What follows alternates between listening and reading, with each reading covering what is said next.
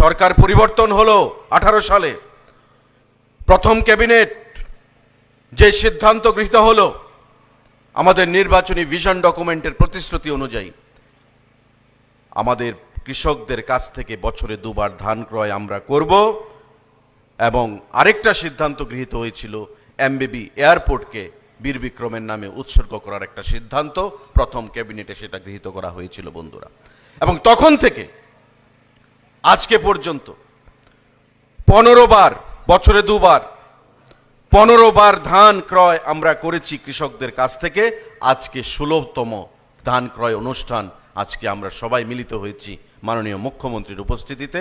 আমি আপনাদের প্রত্যেককে, কৃষক ভাইদেরকে বিশেষ করে তার জন্য সাধুবাদ জানাচ্ছি বন্ধুরা। এখন পর্যন্ত 2018 সাল থেকে 2,61,220 এমটি ধান আমরা ক্রয় করতে পেরেছি। কত টাকা? 529 কোটি টাকা। কোথায় গেছে? কৃষকদের অ্যাকাউন্টে গেছে। আমাদের রাজ্যে 529 কোটি টাকা কৃষকদের অ্যাকাউন্টে গেছে 18 সাল থেকে এখন পর্যন্ত।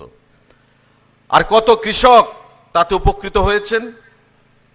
1,35,166 জন কৃষক তাতে উপকৃত হয়েছেন।